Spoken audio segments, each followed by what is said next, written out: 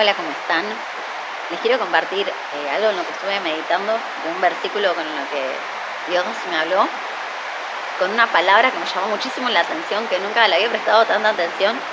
Espero que se escuche bien, tengo las lluvias de fondo, musicalizando este video. Dice así en Apocalipsis 1, versículo 3.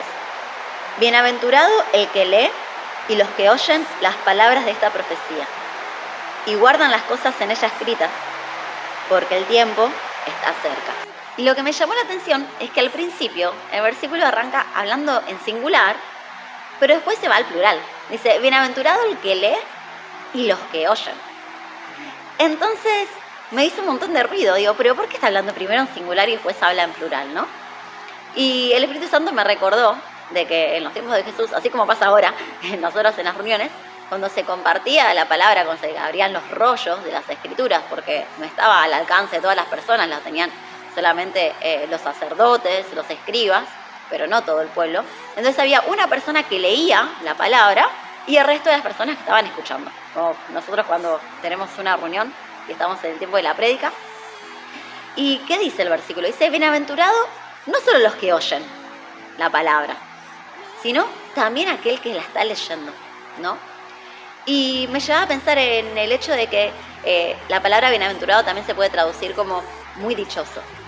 Entonces, no solamente son dichosas las personas que tienen la posibilidad de escuchar la palabra de verdad, sino que también son dichosas aquellas personas que tienen el privilegio y la honra de compartirla, de darla a conocer, de hablarla. Porque si hay personas que oyen, necesariamente tiene que haber alguien que esté hablando, ¿no? En Romanos 10:17 dice que la fe viene por el oír y el oír la palabra. Sabemos que la palabra no es solo esa, la Biblia, sino que es Jesús mismo es la palabra, ¿verdad? Entonces, hay una dicha, no solo al oír la palabra, sino al también darla a conocer, al hablar acerca de ella. Eso era de lo primero de lo que el Espíritu Santo me habló. Lo otro que me hablaba es de la importancia de la intimidad, ¿no? Porque también podemos llevarlo al hecho de que, bueno, yo estoy leyendo en mi casa, cuando estoy sola en mis tiempos con Dios, cuando decido separar un momento del día a tener comunión con el Padre, con el Hijo, con el Espíritu, y alimentarme de su palabra, de lo que nos dejó escrito, alimentarnos de la persona de Cristo, que está revelada en las Escrituras, ¿no? Jesús le decía a los fariseos, escudriñen las Escrituras porque en ellas les parece que ustedes pueden alcanzar y encontrar la vida eterna, y ellas dan testimonio de mí, ¿no? Entonces, cuando uno se acerca a la palabra, es alimentado con el pan de vida, con la revelación de Cristo en la palabra, ¿no? Entonces, bienaventurado el que lee, el que se toma ese tiempo en la intimidad, a estar solamente con Dios y nosotros, el Espíritu Santo y nosotros, Cristo y nosotros. En ese tiempo encontramos la dicha de poder conocerlo. Y también esto de poder hacerlo en comunidad, como iglesia, como cuerpo.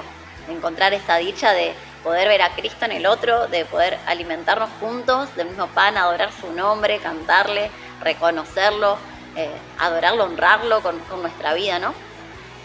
Y lo último que me llevaba a pensar con este versículo que les quería compartir, relacionado con esto, ¿no? De que si hay personas que oyen, hay alguien que habla, hay alguien que está dando un mensaje.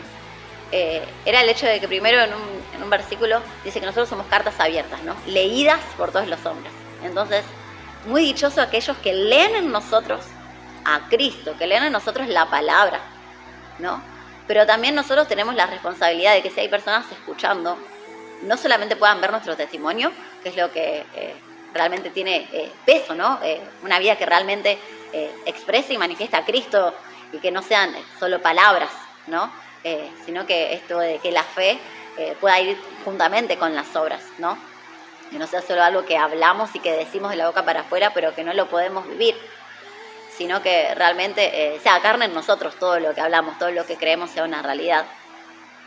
Sino que también nosotros podamos tomarnos esta responsabilidad que Jesús nos delegó de ir y hacer discípulos a todas las naciones, predicando, hablando acerca del Evangelio, hablando acerca de Cristo.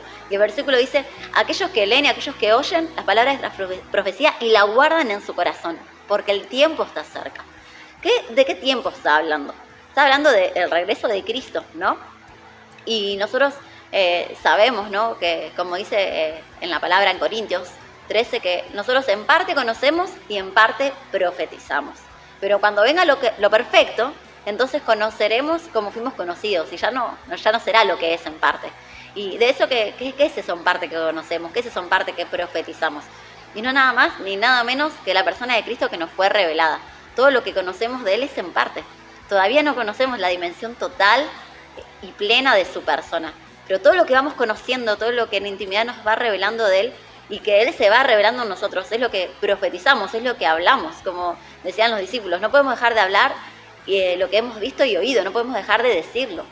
Y no era solamente de los milagros y las cosas que Dios hizo en lo visible y natural, sino el milagro más grande de que Él tomó nuestro lugar, se llevó nuestros pecados, los clavó en la cruz y juntamente con su muerte nos dio la posibilidad de crucificarnos con Él para poder recibir su vida, para poder experimentar nosotros el espíritu y la resurrección y poder volver a ser uno con Él, ¿no?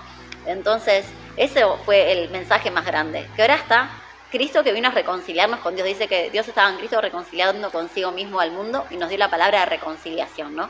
Como si Dios rogara por medio nuestro, reconcílense con Dios.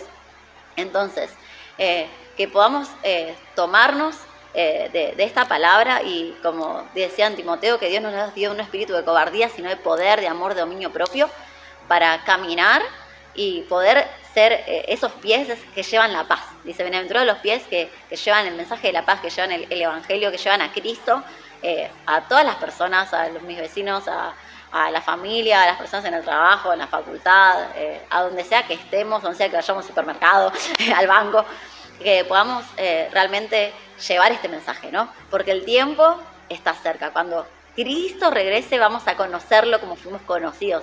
Ya no va a haber ningún tipo de velo, ya no va a haber nada en nuestra carne que nos impida tener ese conocimiento pleno de su persona.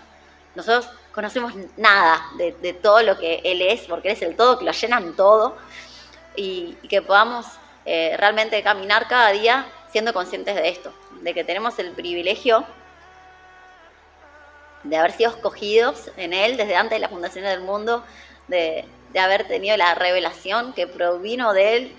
Dice que nosotros amamos a Dios porque Él nos amó primero, ¿no? Y que aquellos que tuvieron esa revelación de parte del Padre y de parte del Espíritu Santo son los que pueden acceder a Él, ¿no? Como cuando Pedro reconoció que Jesús era el Cristo, el Hijo del Dios viviente, dijo, no te lo reveló carne ni sangre, sino mi Padre que está en los cielos. Entonces, qué privilegio enorme, qué gracia inmerecida de que se nos haya revelado Cristo, que el velo haya caído de nuestros ojos espirituales y que podamos ahora vivir la vida plena que es en Él. Así que bueno, les quería compartir esto, espero que sea de edificación para sus vidas.